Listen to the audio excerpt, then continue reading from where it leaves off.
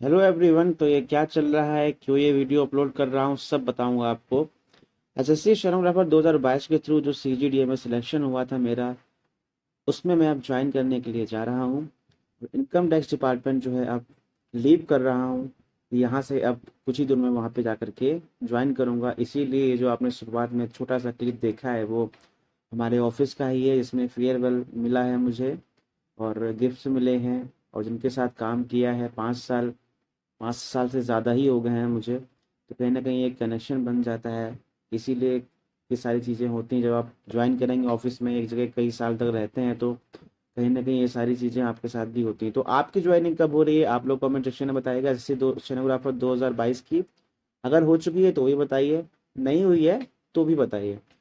मैं सोच रहा हूँ आप लोगों के लिए एक वीडियो बनाऊं कि इनकम टैक्स डिपार्टमेंट में स्टेनोग्राफर का एक्चुअल काम क्या होता है, कैसा वर्कलोड रहता है, टाइमिंग क्या रहती है, उसमें ट्रांसफर्स की क्या पॉलिसी है, उसमें प्रमोशन की क्या पॉलिसी है। ये सारी चीज़ें मैं सोच रहा हूँ आप लोगों के लिए बनाऊं। और काफ़ी क्वेश्चंस भी इसके रिलेटेड आ चुके हैं मेरे पास। तो मैं आप लोगों को एक फुल प्रॉपर वीडियो दूंगा इनकम टैक्स डिपार्टमेंट के बारे में कि क्या कैसा सिनारियो रहता है आप स्टेनोग्राफर एज अ स्टेनोग्राफर अगर वहाँ पे ज्वाइन करते हैं तो। और अब सीजीडीए में जा रहा हूँ तो वहाँ के बारे में भी आपको बताऊंगा। तो इन फ्यूचर अगर वैकेंसीज आती हैं तो अगर आप चाहें तो ऑप्ट कर सकते हैं, या तो इनकम टैक्स या तो सीजीडीए।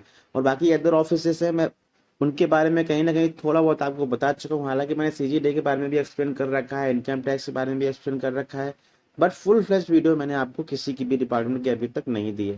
तो इनकम टैक्स में मैंने काम किया हुआ 5 ईयर से ज़्यादा, तो उसके बारे में आपको बहुत ही अच्छे से समझाऊंगा। उसके आप डिसीजन ले सकते हैं कि आपको इनकम टैक्स में आना चाहिए या फिर नहीं आना चाहिए। और मेरा इनकम टैक्स छोड़ने का रीज़न क्या है ये भी मैं आपको बताऊंगा उस वीडियो में।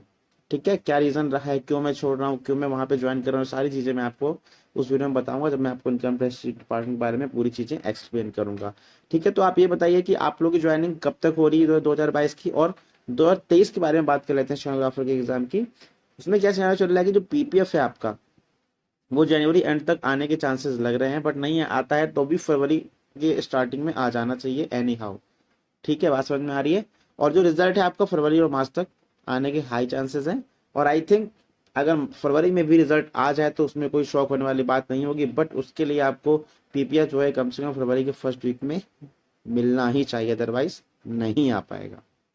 तो जैसे ही उसके लिए बारे में भी कोई अपडेट मिलती है तो मैं आपको डेफिनेटली बताऊंगा।